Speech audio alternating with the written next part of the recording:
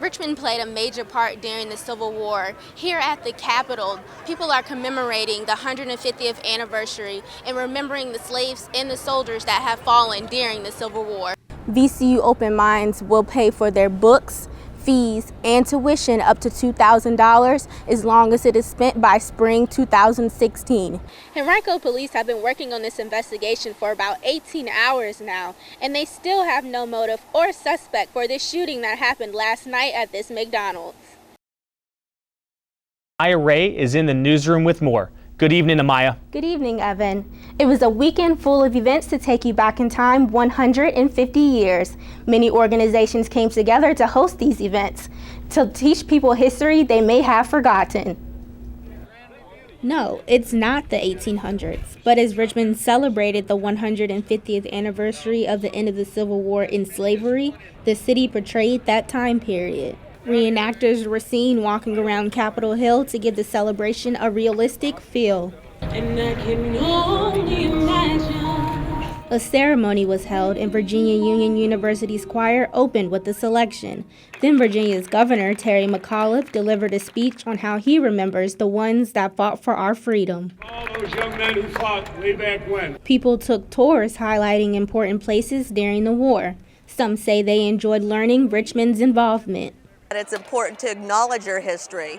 You know, they always have that saying that you've heard a million times that, you know, if you don't acknowledge it or remember it, it can repeat itself again. On Capitol Hill, there were activities set up in tents to get people involved. Richmond played a major part during the Civil War. Here at the Capitol, people are commemorating the 150th anniversary and remembering the slaves and the soldiers that have fallen during the Civil War.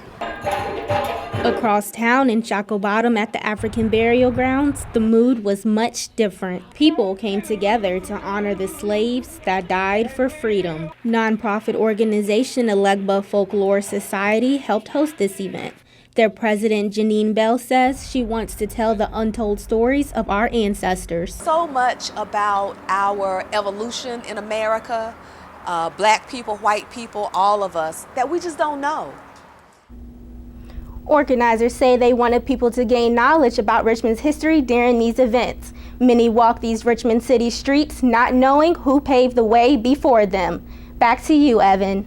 Thank you, Amaya. Christian Brackett is a former jail inmate that received a college education. VCU's Open Mind program allows inmates to take college courses while at the Richmond City Justice Center. He served 8 months in jail for larceny. Now at 30 years old, he's been given a second chance at a college education, which he says he thought would never happen. That thought never crossed my mind until it became a reality in the class.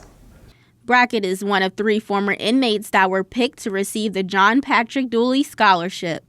VCU Open Minds will pay for their books, fees, and tuition up to $2,000 as long as it is spent by spring 2016.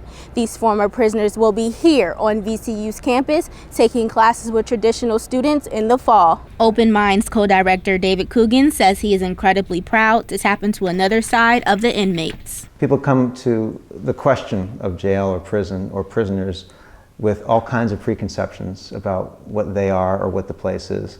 Brackett says this scholarship has done more for him than just a free education. It's helped my self-determination and self-esteem. It really motivated me because I was convinced that I was just going to give up on the idea of getting a college degree. Thanks to this scholarship, he doesn't have to give up on that idea. For VCU Insight, I'm Amaya Ray. Good evening and welcome to VCU Insight. I'm Sabrina Fuller. And I'm Amaya Ray. Thanks for joining us. Topping the news tonight, for the first time in over 30 years, the UCI World Cycling Championship is back on American soil. It's right here in Richmond this September, and the event organizers preparing for potential worst-case scenarios. Holmes hopes this inspires other programs around the country and possibly would like to get involved with motivational speaking through sports.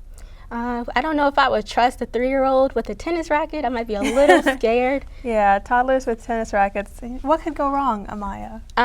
Maybe they could hit other children. They could hit me. I just don't know those if I kids would are adorable, trust though. that. Thanks for tuning in. I'm Amaya Ray. And I'm Sabrina Fuller. We'll see you next time.